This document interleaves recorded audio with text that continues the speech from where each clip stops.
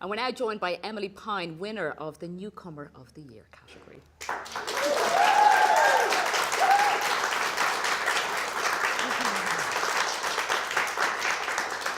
So Emily, this title of the category, Newcomer of the Year, how does it feel to be an overnight success?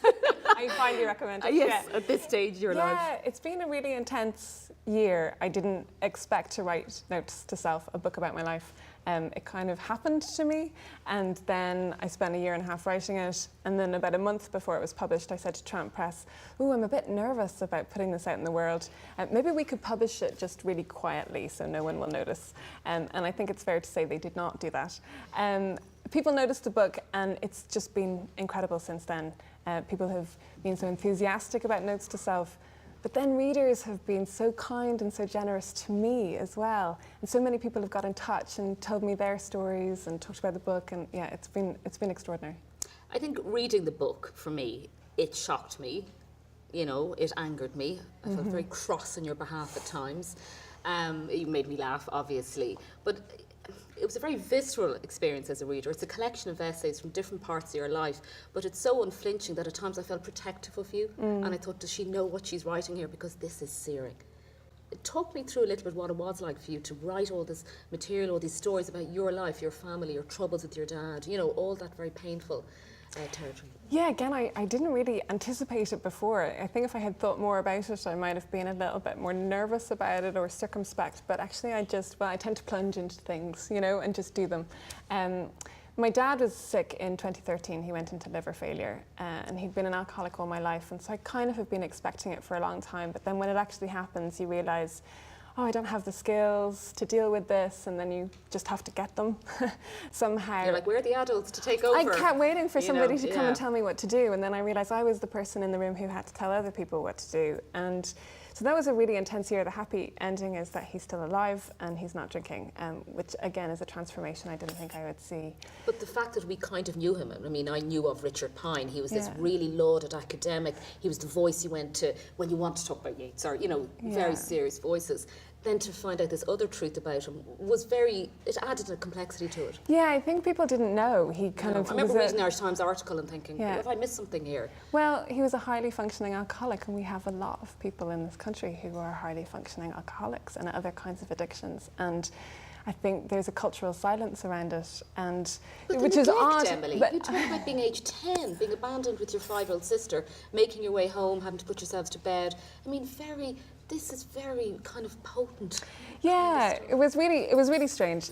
The year after he was ill, and he was getting better, and I had it all whirling around in my head, and I decided to write it down.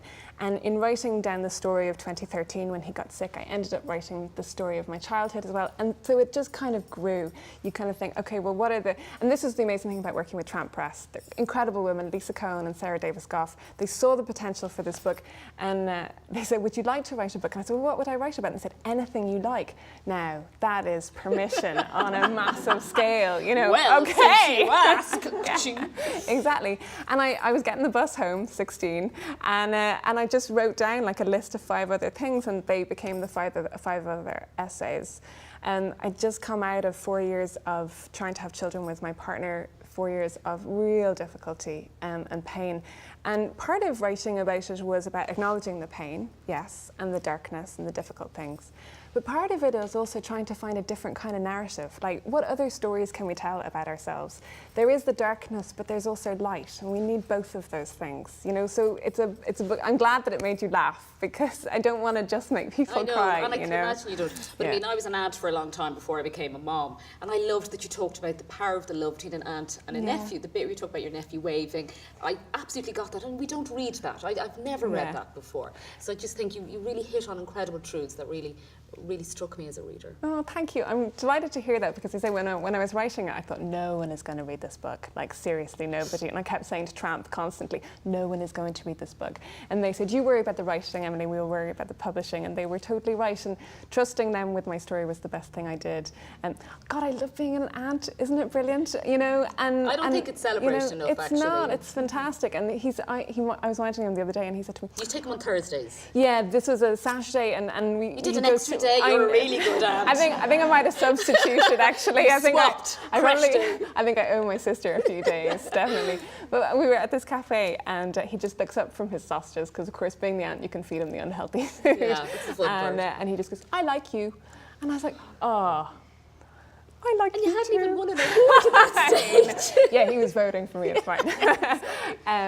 Yeah, it's again, you know, sometimes like your life goes off script, and that can be hard, but it can also be a wonderful opportunity. That's why Newcomer is such a lovely award to get.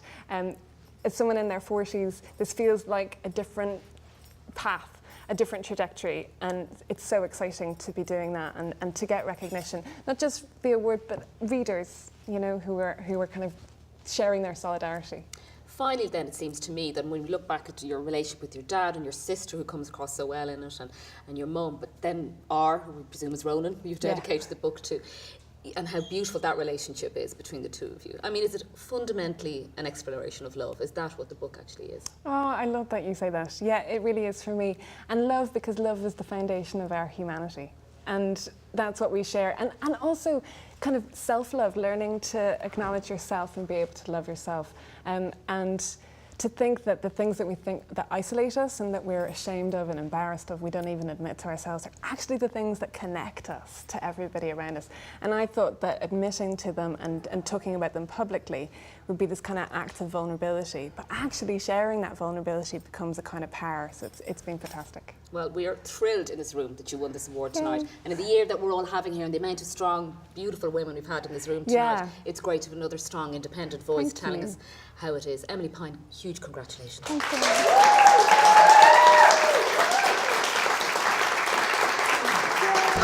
Okay.